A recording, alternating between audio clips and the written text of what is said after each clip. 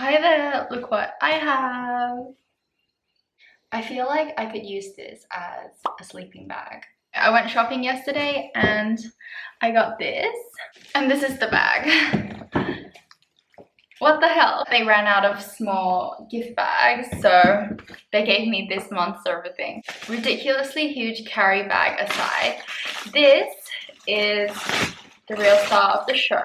I got another mini bag. I don't know if you've watched my other video, but I have 3 mini bags that I rotate right now. 2 Kate Spades and 1 Coach one. I feel like the mini bag trend has been in the last couple of years, and I don't know how it's gonna last. But ever since I discovered my love of mini bags maybe 8 to 10 years ago, I have not hopped off that train. Honestly, the only times I use bigger bags is when I'm traveling, but even then my carry-on is always a mini bag. Even if the mini bag trend ends, I am not hopping off that train. I am on here for good.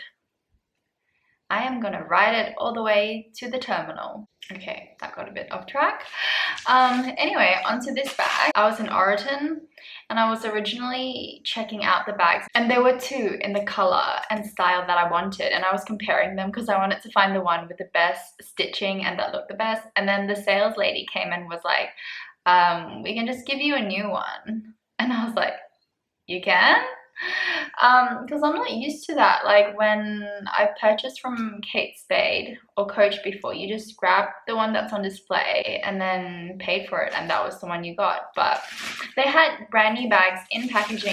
I thought for the longest time that Oroton went out of business because I distinctively remember that in 2017 there were headlines that they were filing for bankruptcy or going into voluntary administration. Turns out they were bought out by a shareholder, and in 2018 Meghan Markle, Duchess of Sussex, was photographed with an Oroton bag, and then that sparked a whole thing, and the bag she was holding sold out and was back ordered, and then that kind of revived Oroton as a brand.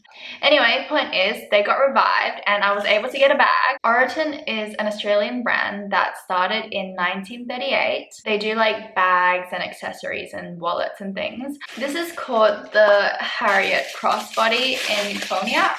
This is what it looks like.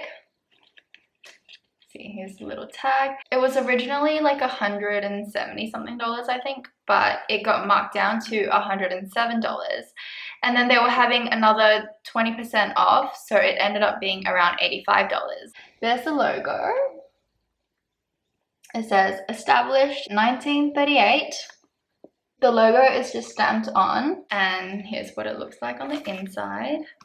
There's all this stuffing to keep its shape.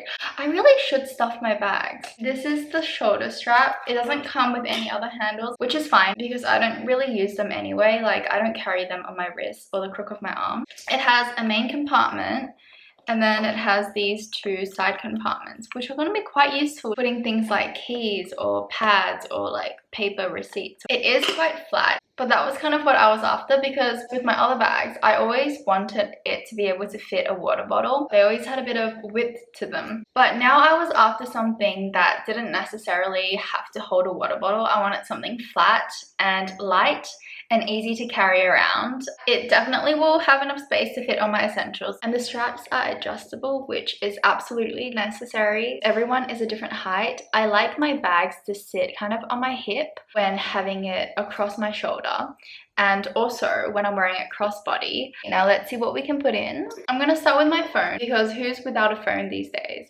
I have an iPhone XR, so it's about standard. And then my card holder and hand sanitizer and sunscreen. This sunscreen is one of the 2 that I rotate, and a lipstick. This is my new Pat McGrath Omi. I made a video on how I got rid of the wax bloom on it, so check that out if you haven't already. Oh, and my keys. I'm gonna put that in the pocket compartment because I hate not being able to find my keys. Like it always happens. And there's still space left in this bag. Like it looks small, but it packs a punch.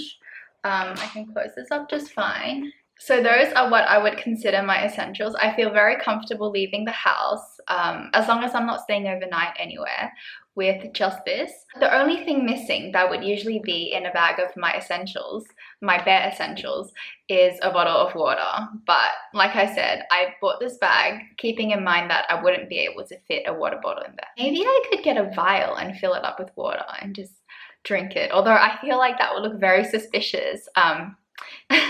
So my bag still isn't full. I'm gonna see what else I can put in there. Sometimes I would bring a compact powder with me, especially on hot sweaty days, because you know my foundation might slip or I might drink. I get Asian flush. Oh yeah, how could I forget? Also a mask that can fit in one of the compartments. And the last thing I would say would be my AirPods and iPod.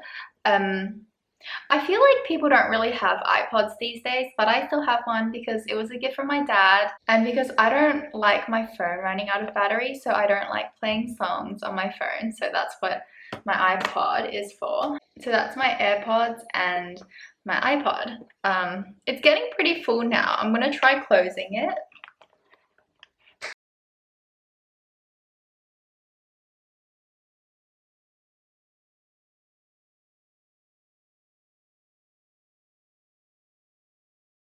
If you're still here. If you've stuck around this far, please give me a like and comment down below what shape of mini bag is your favorite. I feel like we're all partial to something.